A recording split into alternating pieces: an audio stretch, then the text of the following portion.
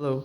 What I have here is the new Sony A6300, and I have the commlite lens adapter to Canon. So it's a Canon EF, EFS to the Sony E-mount adapter. This is a cheap adapter, a commlite. I got it on eBay. Shipping included was around $56. I really was excited about when the A6300 was announced that people had reported that the improved autofocus would allow better adaptation for non-native lenses, kind of like how the A7R2 and the A7S2 have been working, especially the A7R2, and I've been pretty happy with it.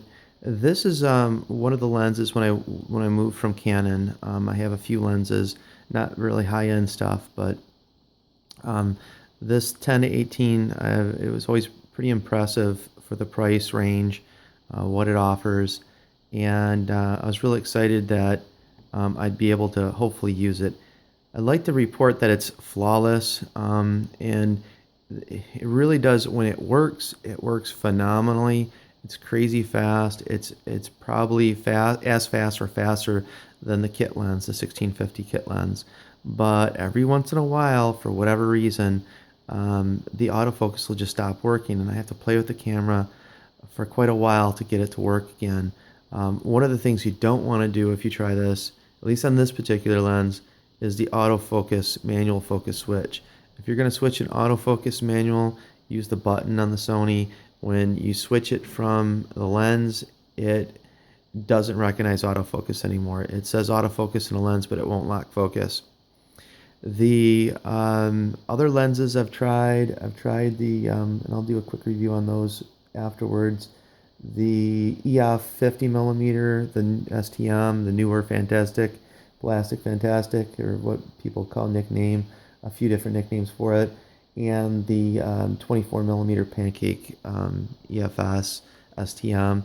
One that I've tried that didn't work is the 55 to 250 STM, and for whatever reason it just will not lock focus. The other ones lock focus fairly well. This one, when it works, it's extremely fast, and I'll show you. The other ones, I'll do a separate review on them. They do quite well as also. This one, it's frustrating because it has the potential to be great, and when it works, it's great. But every once in a while, I thought I had it. I thought if I switch from manual focus, take a picture, and flip back, that was working for me to resolve it. But lately, especially today when I was doing this video, there was some situations that it wouldn't bring it back. Eventually, it comes back. But I'll go ahead and show you what it looks like when you through the lens. So bear with me for a second.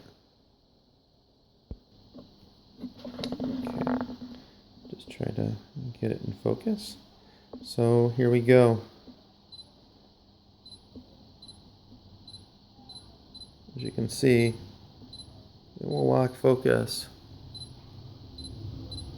very fast. Go close up.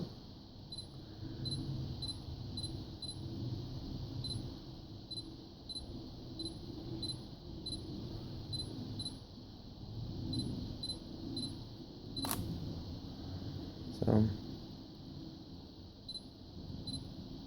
as you can see, it's very fast when it's working. Another disadvantage of using a commlite adapter is obviously the size. It does add a little bit to the overall length. In this case, it really doesn't matter. The 18 or 10 to 18 it's fairly a longer lens, so a little bit more of a length. It's not big of a deal. One thing it does add is weight. The weight, it's all steel, and I wish they made a lighter weight version for the smaller cameras that was maybe made out of aluminum, because this actually, the adapter itself weighs as much as like a pancake lens or a prime lens for the crop sensor Sonys. So it really does add weight and add length. What I'm probably going to do is switch out my primes to native primes to take advantage of the size and weight. They do work good. I'll probably keep the full frame EF lens as far as primes go, just in case I go to a Sony full frame, and it'll buy me a little time because they are sharp. Both the Canon primes that I have are sharp. But back to this one. Like I said, it works great when it works. When it doesn't work, it's kind of frustrating. You can obviously default to manual focus, but I'll show you real quick. It doesn't make any noise when you're switching the f rating or the f-stop, the aperture. Let me switch to manual mode real quick. It doesn't make any noise.